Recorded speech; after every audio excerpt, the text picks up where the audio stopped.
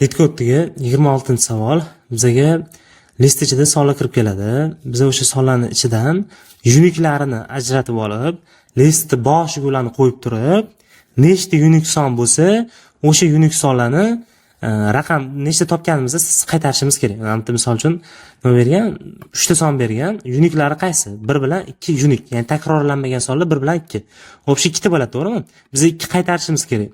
Lekin bu juda sodda bo'lardi, juda ham sodda bo'lib ketardi. Endi qo'shimcha vazifa berib qo'ygan. Topgan unik sonlarimizni listni boshiga olib kelib qo'yishimiz kerak.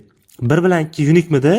Listni boshiga 1 bilan 2 turib olib kelib qo'yishimiz kerak. Listni boshida 1 bilan 2 turish kerak. Sal murakkabrog'ini ko'rsak, 0 0 1 1 3 ta 1 2 ta 2 3 ta 3 3 4. Unik sonlar 0 1 2 3 4. O'sha unik sonlarni listni boshiga olib kelib qo'yishimiz kerak. Lekin listda uzunligi o'zgarishi kerak emas. Listdan biron nima o'chirib tashlashimiz kerak emas. Aynan bizga bergan listini update qilishimiz kerak. Yangi list ochishimiz mumkin emas. Lekin biz shunchaki listda ichida nechta unik son bo'lsa, o'sha unik sonlarning sonini qaytarsak bo'ldi. Lekin u update qilganimizni ham tekshiradi. Mana listda update qilishimiz kerak. Shunga alohida testi bor, o'shani tekshiradi. Bo'lmasa xato qaytaraveradi. Bu Letkod o'zi ko'pchilik yomon ko'rgan. Hozir dizlayklarni o'chirib qo'yishgan-ku. Juda ko'p shu dizlayk bosgan bo'lgan. Juda tushunarsiz shart aslini olganda. Xo'p, bitta misol olib tushunishga harakat qilaylik. Masalan, soddalrog'ini olaylik, nima qilamiz? Uni olib turib yoqib qo'yamiz. Biz bitta i degan bitta o'zgaruvchi ochamiz. Int turida bo'ladi. Boshlanish qiymati 0 dan boshlaydi. Bu narsa i degan o'zgaruvchimiz nechta unik son bo'lsa, o'shalarni sonini sanab ketadi. Har unik son topganimizda bu bittaga oshadi. Va qo'shimchasiga bu indeks sifatida ham ishlab beradi. Ya'ni biz har unik son topganimizda boshiga olib kelib qo'yishimiz kerak-da. Birni topdik, o'zi bir boshda turadi. Ikkini topsak, ikkini mana bu birinchisiga olib kelib qo'yishimiz kerak. Misol uchun mana 4 topsak, shu nechinchi 4-indeksga olib kelib qo'yishimiz kerak. O'sha indeks vazifasida ham ishlab beradi bizga bu i. Hop, shunaqa maqsadida ishlab beradi. Biz endi qanaqa tartibda ishlaymiz bu dasturda? Dasturda qanaqa logika ishlatamiz? 0 dan birinchisidan boshlab hisoblab ketamiz. Chunki 0-inchisi doim unik bo'ladi. Chunki unik deganimizda avval bu son ko'rilmagan bo'lishi kerak. Chunki u birinchi son avval aniq ko'rilmagan-da. Shuning uchun biz bitta etap yutqizmaslik uchun ikkinchisidan boshlab ketamiz ishni. Chunki doim birinchisi unik bo'ladi. Hop, birdan boshlaymiz. Birinchi indeksdan boshlaymiz. Birni olamiz-ku, albatta list bo'ladi. Listimizni boshida bir turadi doim. Aynan mana shu list, prosta shuni update qilamiz biz. Albatta bir turibdi, bizni birri. Ham oxirgi nima bor edi? Listim oxirgi nimasi elementi bor edi. Shu element bilan solishtiraman. 1 bilan 1 ga tengmasmi deb solishtiraman. Tengmas, to'g'rimi? Tengmas bo'lgandan keyin teng to'g'ri, teng. Teng degani, mana buni olib turib, hozir bu bitta qanaqadir bitta yangi o'zgarish ochamiz. Bu bittalab ketaveradi. Biz har unik son topganimizda bitta update qilamiz. Sekinroq yuradi-da bu. Har unik sonni joylashtirib ketadi, joyiga qo'yib ketadi. Hozir birinchisi unik edi, bu yoqqa keldi, birni olib kelyapti-da. Haligi oxirgi topgan unik sonimga solishtiryapti. Listim sort bo'lgan bo'ladi. Ya'ni o'sish tartibida ketgan bo'ladi. Aytaylik, 7 kelib turib, keyin 1 kelib qolmaydi. Yo'qdan 2 kelib turib, keyin 1 kelib qolmaydi. Doim o'sish tartibida bo'ladi. Unik, ya'ni takrorlangan sonlar bo'lsa, ketma-ket kelib qoladi. O'shaning uchun bitta son topgandan keyin solishtiraman. Agar bir-biriga teng bo'lsa, demak, hali ham takrorlanayotgan sonlar ekan deyman-da. Misol birdan misol uchun 5-6 ta bo'lishi mumkin. Lekin orasiga 2 qo'shilib qolmaydi. Chunki o'sish tartibida bo'lishi kerak. 2 bo'ldimi, o'sha 1 kela olmaydi. Yo'qda 3 keladi yoki 2 keladi. Yo'qda undan kattaroq son keladi. Xo'p, shunaqa tartib shundan foydalanib biz inshaalloh shart yozamiz. Bu 1 bo'ldi, 1 olib kelamiz. Bu yoqqa yoza olmaymiz. 2 keladi. 2 keladi.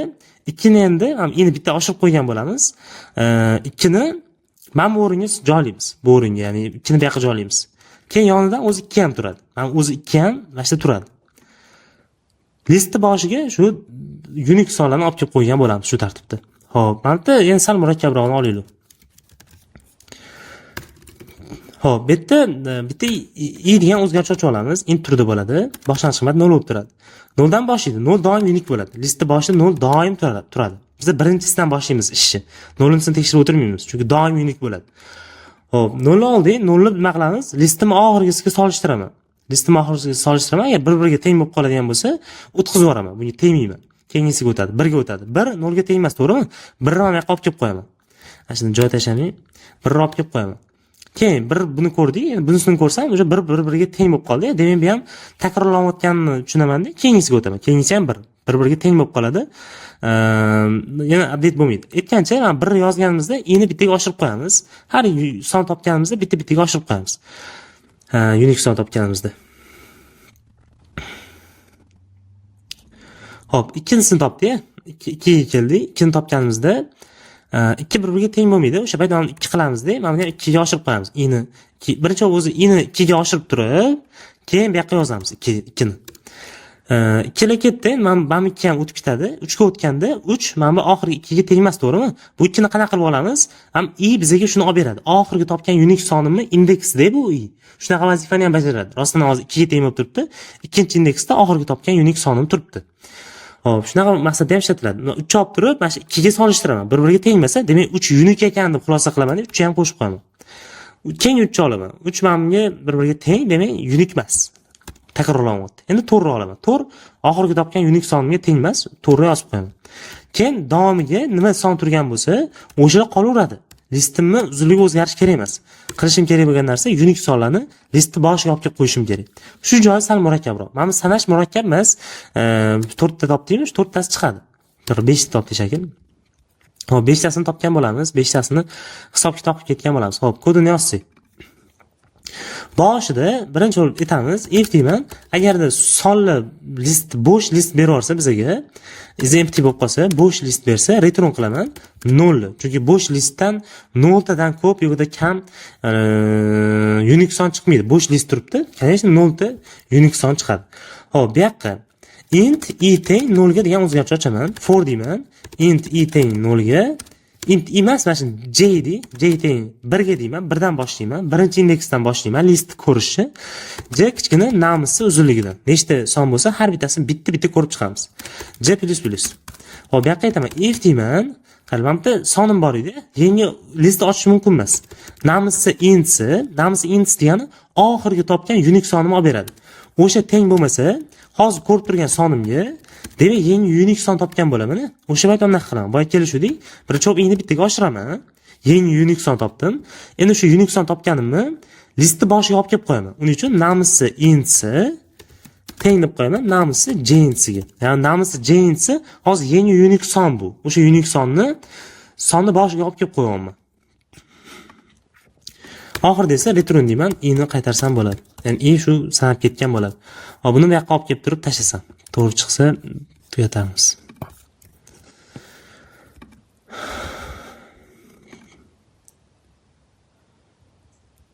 Madrasadan chiqib qoldim.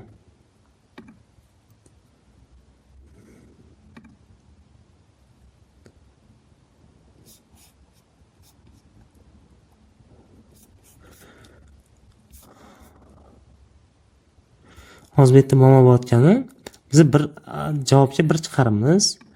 Aslini olganda 2 chiqarishimiz kerak bo'lgan ekan.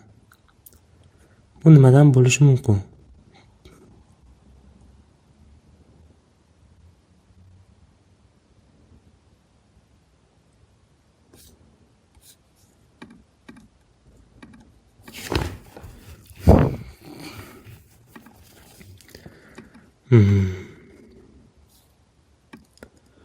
Uni nimani noto'g'ri update qiladi bu. Teng bo'lmasa, endi bittaga oshiramiz, namsi insini, namis jinsiga tenglaymiz.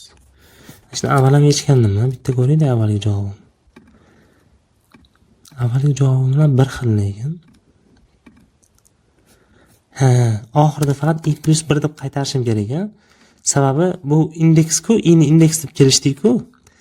O'sha i ga 1 qo'shib qo'yaman, sababi indeksdan haligi raqamga o'tib olaman. Indeks biramiz, bizning sanog'imizdan bitta orqada yuradi. Biz 1 desak, u 0-indeks bo'ladi. Hozir endi buni tashlab ko'rsam, to'g'ri chiqarsa kerak. Shu oxirisidan chiqib qoldi. Hop, chiqdi. 100% nima tezlik bo'yicha 100% odam ortda qoldirdik. Pashta o'zi hamma chetda yuradi. Joy bo'yicha juda zo'r emas, ko'p xotir ishlatib qo'ydi deyapti. Boshqadan jo'natib ko'rish balkim yaxshiroq javob chiqar.